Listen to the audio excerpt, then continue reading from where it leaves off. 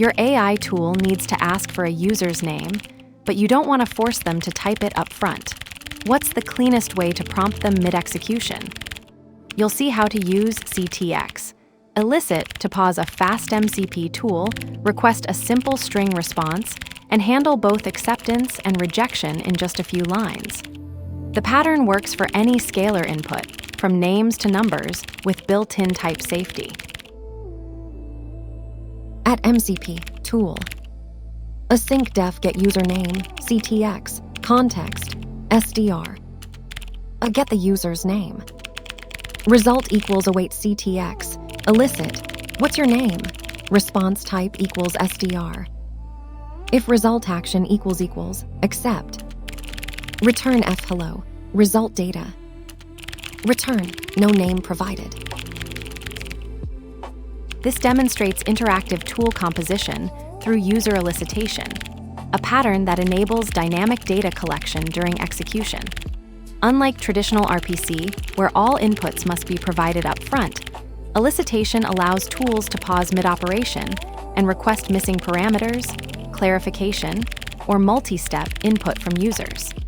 The distinctive aspect is its ability to transform static functions into interactive workflows without changing the underlying function signature. The pattern works by treating user input as a first-class continuation mechanism. When a tool encounters incomplete information, it yields control to the client via an elicitation request, then resumes execution once the user responds. This creates a clean separation between the tool's core logic and its interactive requirements, with the framework handling serialization, validation, and state management automatically. The Async await model ensures non-blocking behavior while maintaining a linear coding style. This approach solves the partial input problem common in AI integrations and complex workflows. It eliminates the need for pre-flight validation or complex parameter objects by handling missing data gracefully at runtime. The trade-off is increased client complexity, as clients must implement elicitation handlers.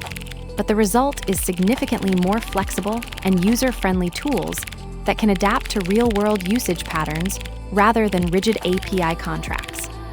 Let's break it down line by line. At MCP, tool. Async def get username, ctx, context, SDR. Get the user's name. This defines an AI callable tool using the @MCP tool decorator.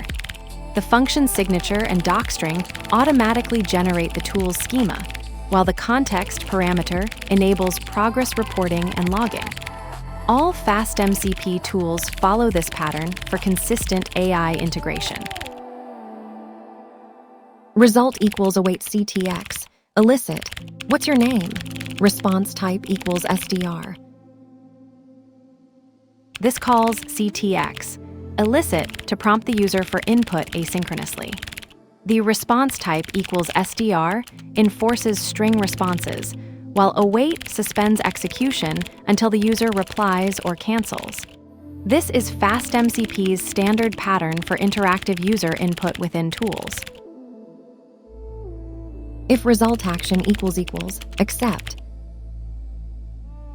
This checks the user's response action to determine if they provided valid input.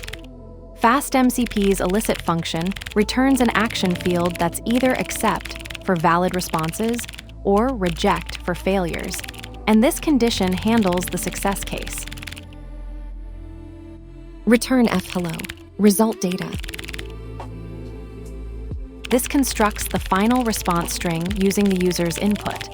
The F string dynamically inserts result data, the name provided by the user, into the greeting, creating a personalized output that the AI tool returns to the caller.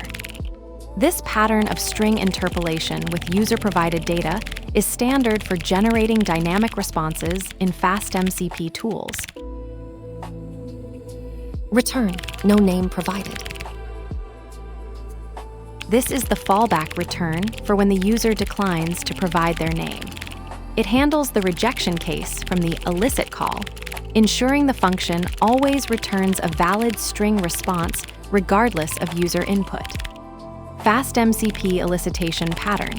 This core interaction model bridges AI and user input through structured prompts, where ctx.elicit handles both the request and response lifecycle in a single async operation.